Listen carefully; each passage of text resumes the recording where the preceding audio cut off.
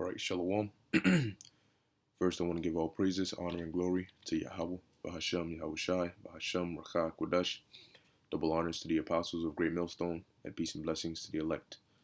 Um, this is an article that I was reading earlier today, and the gist of it was going into, okay, as you see here, yes, heat ray, all right, or microwave weapons. And it says here from Zero Hedge, military confirms it mauled deploying experimental heat ray to protect White House. All right, basically they canceled, all right, that idea or that plan to use the heat ray. Notice how the wording is to protect White House, right? Now, you should ask yourself, okay, who are they protecting the White House from? Number one, and number two, is it that bad that you needed to even consider using a heat ray? So it says an experimental Pentagon weapon, which has, and now it shows you that what they actually have these things, which we've been telling you about. You see that right there, the microwave weapon, or the heat ray as they call it. So let's read about it. It says, as experimental Pentagon weapon, or an experimental Pentagon weapon, which was intended for use in varying scenarios, from deterring pirates on the high seas to riot control in city streets in cases of mass unrest, is subject to fresh controversy after documents of its field trials surfaced. So that means what? These are used for what? For deterring pirates on high seas to riot control in city streets. So they use this for riot control. So don't be surprised if not. Of course, they said they brushed it down now, but they might just turn up again with it. 2 decades ago, the DoD revealed a weapon called an Active Denial System, or ADS, nicknamed the Pain Ray. Wow. The Pain Ray, or also Heat Ray, which was capable of inflicting an invisible zap of pain upon protesters failing to disperse, or alternately could deter hostile boats approaching a battleship.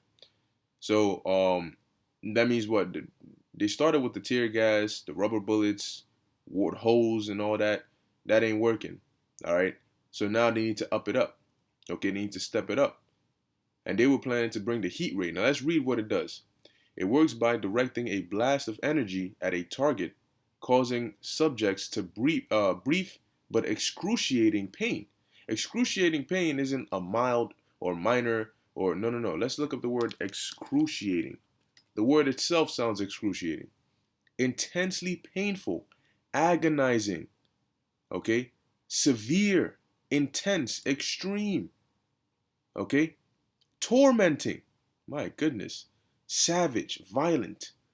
And I got to read it with such emphasis to really put that into your mind, okay?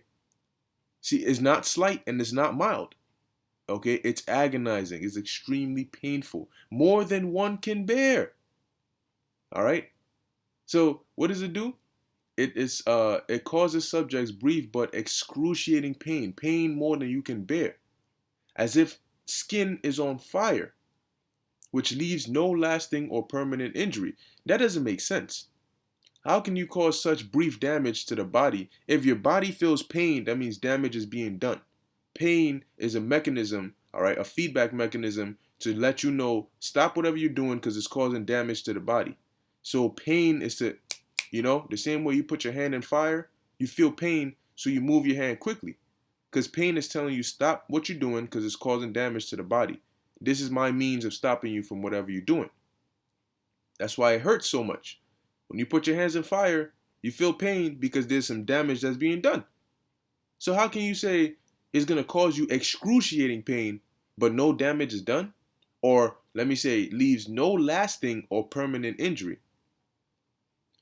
It says it essentially hits a subject with a blast of intense, searing heat. You know what that does? That can destroy your cells. That can harm your tissues. Okay, if it can pass through the layer of the skin, then it can damage you internally. So what are you talking about?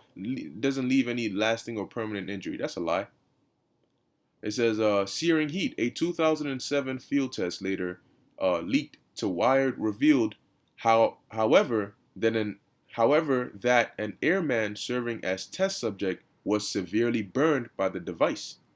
Okay, and they usually have it on here, on these trucks and these Jeeps.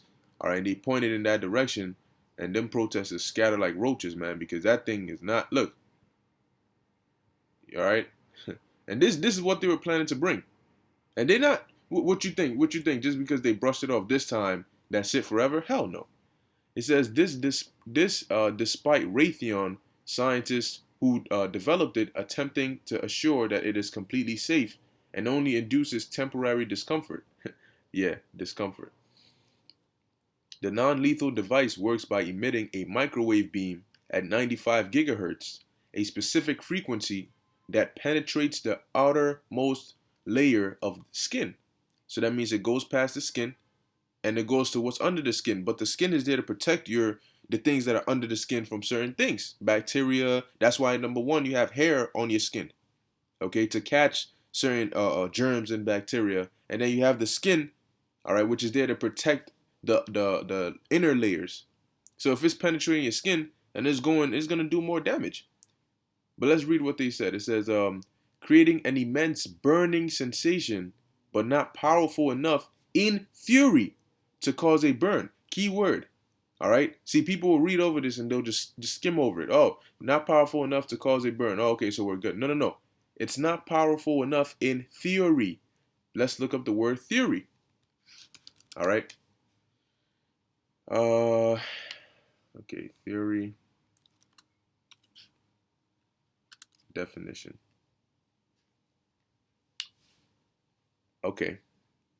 It says a supposition or system of ideas intended to explain something, especially one based on general principles independent of the thing to be explained. A hypothesis or a thesis. That means it's not fact, it's a hypothesis. Okay? An opinion, a view, a belief, a concept, an idea, a guess. Okay? This is why you got to look up your words. So they're saying it's not powerful enough. They're guessing it's not powerful enough to cause a burn, because that's what theory means. It hasn't been proven, but based on what they have so far, this is what they think. Yahoo News reports this week after defense officials reportedly looked into using the pain ray to deter recent hostile rioters near the White House. You hear that? They were and are about to bring this on your asses, man. The pain ray, that just sounds painful in itself. After failing to be effective in either Iraq or Afghanistan, in part reportedly because it takes so long to power up, it must be operated from a platform no smaller than a Humvee or other large military vehicle. Pentagon officials mulled the potential for it to be used to deter increasingly violent protests, such as hit American cities this summer. All right, so they basically shut it down. It says, pain without injury, the active denial system deters attackers by sending a non-lethal millimeter wave of electromagnetic energy, causing a burning sensation. The wave penetrates the skin to 1/164th of an inch, causing a feeling similar to being on fire. Imagine that, you feeling like your whole body's on fire. 2-second bursts can heat skin to 130 degrees. The normal skin is, your normal temperature is 98 degrees. This joint can heat it up to 130 in 2 seconds. It says the antenna focuses the energy, the invisible energy. Transmitter produces 95 gigahertz frequency waves, 122 degrees. People pull away reflectively. Okay, this is what they're trying to bring out, man. Don't think that you're good just because the Pentagon molded it. Okay, because that doesn't mean that's gonna be permanent. Okay, wait till they feel like nothing is working. They're gonna bring these out, and the article is gonna say it. But it's yet unknown what effects it might have on young children, the elderly, or on people with pre-existing health issues. You see, so they're saying it's not going to leave permanent damage, but this is unknown. And this is why the NPR report this week is causing so much controversy.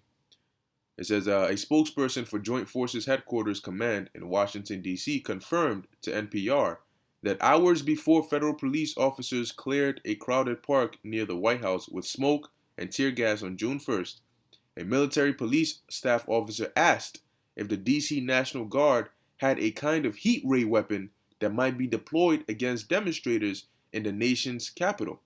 You hear that? He's like, yo, y'all don't got, you know what I'm saying? Y'all don't got one of them. They know these are things that are used for situations like this. So you coming over there with your water bottles, all right, and your DIY do it yourself shields, and your little things here. You ever felt a heat ray before, or as they call it, a pain ray? Nah, I don't think you have. It says Colonel Robert Phillips, a spokesperson for the Joint Force Headquarters, National Capital Region, or JFHQ NCR, said the inquiry was made as a matter of due diligence and prudent military planning. Man, man, man. That was during the height of George Floyd and Black Lives Matter protests, which inundated D.C. streets and especially areas around the White House. It turns out the Joint Forces Headquarters Command was informed that no heat ray weapon was available. The revelation still outraged civil rights activists who worry federal and state law enforcement will increasingly revert to harsher methods in repelling protests and rioting. All right, and that is what they want to do. That's why they're making the battle seem as though the protesters are doing so much and oh my gosh, they're out of control. Our regular means are not working, so we need to come with harsher means. And they were planning to bring out a pain ray or a heat ray to burn your ass, man. Okay? And this is not off the table. It is not off the table. Just given another opportunity, they will bring it out. And worse. Okay? Now this is the book of Ezekiel, chapter 21, verse 9. It says, Son of man, prophesy and say, Thus saith the Lord, a sword is sharpened and also furbished. Okay? So you have a sword that's being prepared to come down with great wrath. Now what now that the sword is sharpened, now what? Verse 10. It is sharpened to make a sore slaughter. Okay?